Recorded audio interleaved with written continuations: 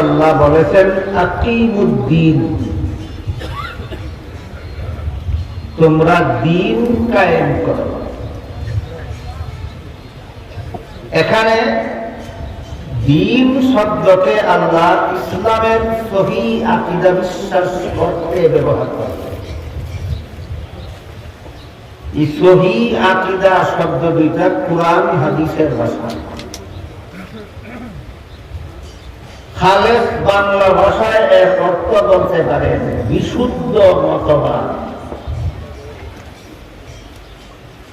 আর কায়েম করা এই শব্দটাকে আল্লাহ অবিচল থাকো, অটল থাকো অর্থে ব্যবহার করে।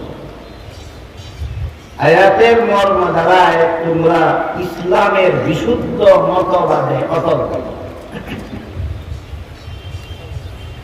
ইসলামের বিশুদ্ধ মতবাদে অটল থাকো এই নির্দেশ দিয়ে আল্লাহ সূরার 13 নম্বর আয়াতে কথাটি কেন বলে? তার কারণ হলো এই আয়াত নাযিল হওয়ার সময় সমাজের বিভিন্ন লোক বিভিন্ন নবীর অনুসারী বলে নিজেদের দাবি করে।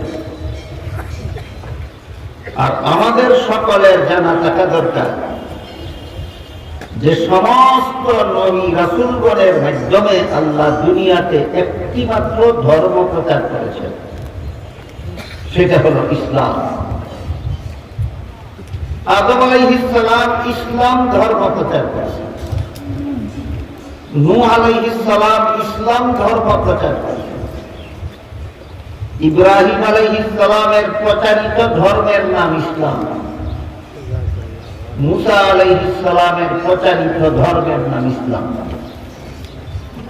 ঈসা আলাইহিস সালামের প্রচারিত ধর্মের নাম ইসলাম। যেমন ভাবে মুহাম্মদুর রাসূলুল্লাহ সাল্লাল্লাহু আলাইহি ওয়াসাল্লামের প্রচারিত ধর্মের নাম ইসলাম। তাদের সমস্ত নবী রাসূলগণের প্রচারিত ধর্মই ইসলাম।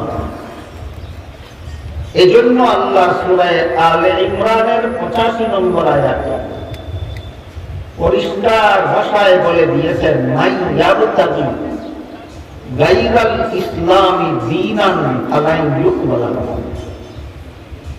ইসলাম ছাড়া অন্য কোন ধর্ম যারা পালন করে তাদের পালিত ধর্ম কখনো আল্লাহর কাছে গ্রহণযোগ্য হবে না।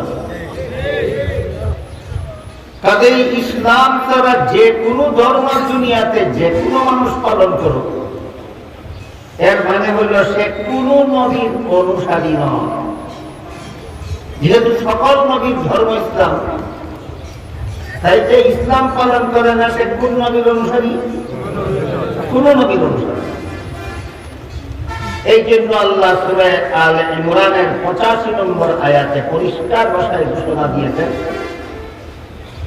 একমাত্র ইসলাম ছাড়া আর কোন ধর্ম যারা পালন করে তাদের ধর্ম গ্রহণযোগ্য হবে না। তবে সূরাতুল বাকারার 256 নম্বর আয়াতে আল্লাহ বলে দিয়েছেন, লা ইকরাহা ফিদ-দীন।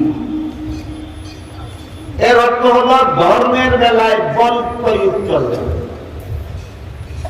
কাউকে বল প্রয়োগ করে ধর্মান্তরিত করা যাবে না, বরং সমস্ত ধর্মাবলম্বীদেরকে যার যার ধর্ম পালনের স্বাধীনতা দিতে হবে।